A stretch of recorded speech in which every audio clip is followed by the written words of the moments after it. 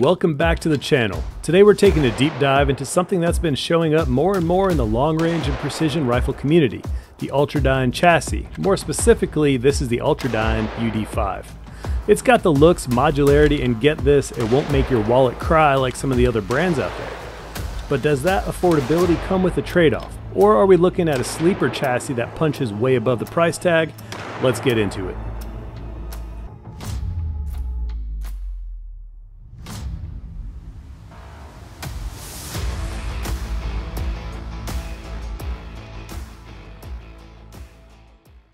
Now, before we dive into this beautiful chunk of machined aluminum, huge thanks to today's sponsors, Tacpack. If you're into EDC gear, tactical gear, or just like surprise boxes that don't involve junk mail or jury duty, Tacpack is legit. Tacpack sends out a mystery box every month packed with gear you'll actually want. Think AR parts, EDC tools, knives, survival gear, and more. This isn't dollar store tactical stuff, it's real, useful gear from name brands. Use code MBK at checkout to get 60 bucks worth of free tactical gear inside your first Tacpack. I've got the link in the description. Go check it out after this video. Thank you Tacpack for supporting my channel and my mission. Now let's talk modularity and customization. One of the biggest selling points here is modularity. The chassis is essentially a blank canvas. The stock, swappable. The grip, AR style. Run whatever you like. The entire forend is covered in M-LOK and has a built-in Arca rail right on the bottom. So whether you want to run night vision, tripod adapters, or sling mount, this chassis gives you full freedom. And because the back end uses a buffer tube style interface, you can easily attach minimalist stocks, folding stocks, or even go full PRS setup with a bag rider and a monopod.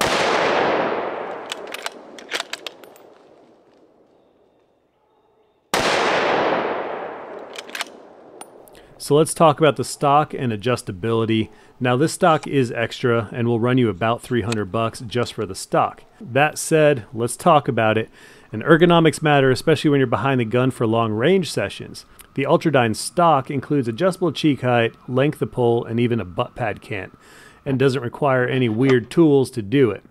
I had this dialed into my body within a couple of minutes, and once you're locked in, it stays locked in. No wiggling, no drift, it's a solid stock.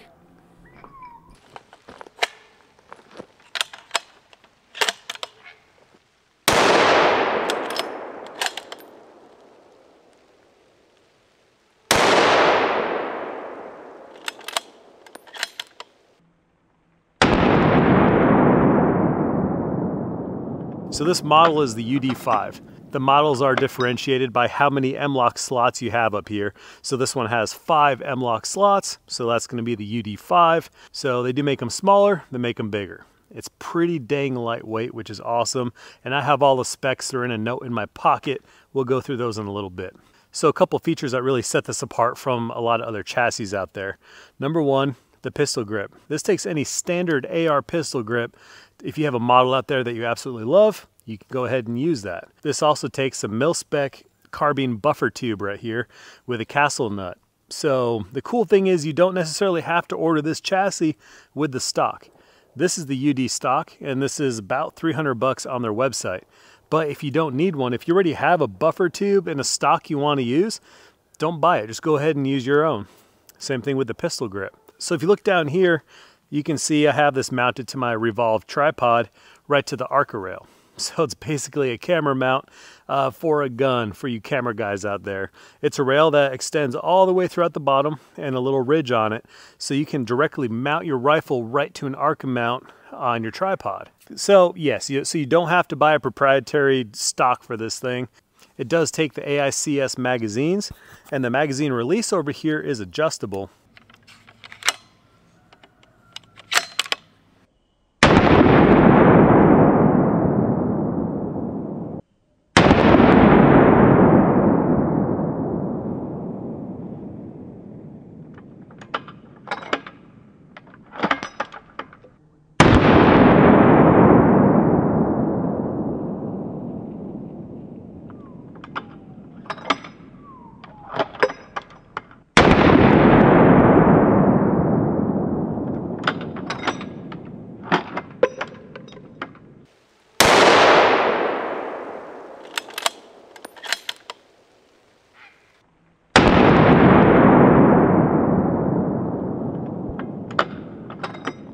Unfortunately, I don't get to keep this chassis. This was sent to me purely for review and they expect me to send it back. They actually sent me this chassis with a Remington 700 already bolted to it, but the Remington 700 they sent me was a non-threaded, non-comped version, so I took my Bergara B14 carbon off of its current stock and then I slapped it on this guy. It fits perfect, it works perfect, and it feels really good too. So the scope right here, it's been sitting around forever in my closet, never opened it, still in its box, and it's a perfect opportunity to actually open this thing up and slap it on there. But this is the Blackhound Emerge 3 to 24 by 56. It's a big boy. Okay, let's see, let me clear my notes here. So this chassis is made from a solid bar of 6061 T6 aircraft aluminum in a weight range depending on your configurations from 1.1 to 1.5 pounds. M-LOK does extend on all three sides. You have it on both sides and on the bottom. It's a free float system. Your barrel doesn't make any contact with the chassis either. You do have different color options that were present on the website. You can do coyote, bronze, olive drab, sniper gray, and black. This one is black, in case you guys didn't know. The price range for this chassis ranges anywhere from $350 to $450 for the chassis, and that depends on which model you want. You know, whether you want the larger one, the smaller one, different features.